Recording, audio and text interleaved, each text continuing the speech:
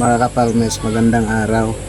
So ngayon mga kaparmers ay ipapasyal ko kayo sa aming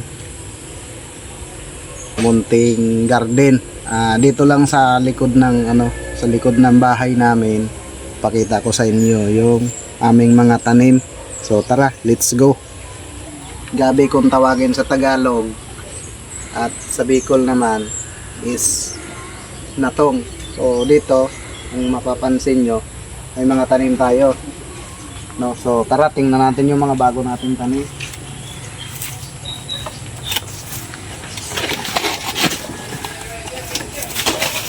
At may mga tanim nga tayo mga idol na tubo.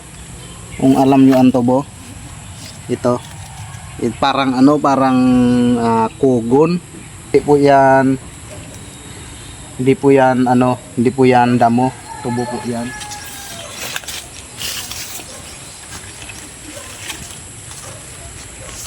At ito naman yung mga bago nating tanim na kamatis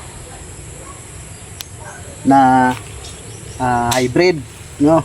So itong kamatis na to mga kaparmers, so bale binili ko lang to. Binili ko sa farm mismo. Sila na yung sila na yung nagpapatubo doon sa farm. Tapos bibilhin mo, pantanim na, malalaki na. Kaya siguradong mabubuhay siya kasi malalaki na. So ayan, tingnan nyo, malalaki na. Ayan, malalaki na malalaki na mga farmers. Ayan malalaki na. Isang dangkal na yata, kalahati. So mga ilang months nito mga farmers, mamumunga na rin to. So kailangan natin lang na alagaan siyang mabuti.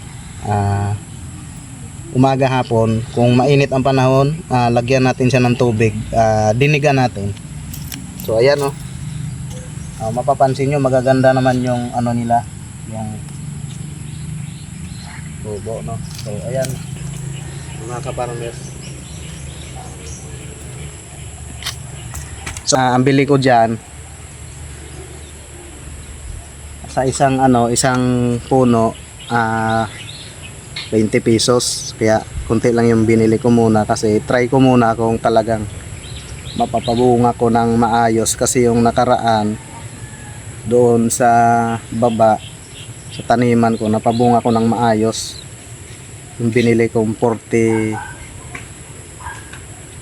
na puno ng kamatis, napabuhay ko yon at napabunga ko yon ng tama. Kaya yun yung namin, try namin ngayon. So may mga tayo para sa yan, para sa cucumber, para sa pipino. May patutubuin kami yung pipino. At ayun, yun mga tubo doon mga farmers. Tapos mga patula.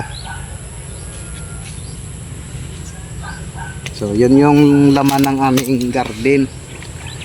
Abangan nyo na lang mga kaparmes yung iba naming project, no? Kasi nag-iisip ako ng project dito para dito sa backyard garden namin na punuin namin ng gulay. So pwede nga doon sa bahay namin, paanuhin namin, taniman pa namin yung yung gilid ng bahay. So ayun lang muna mga kaparmers. Abangan nyo na lang po yung next naming mga video, no? So ayun lang. Salamat.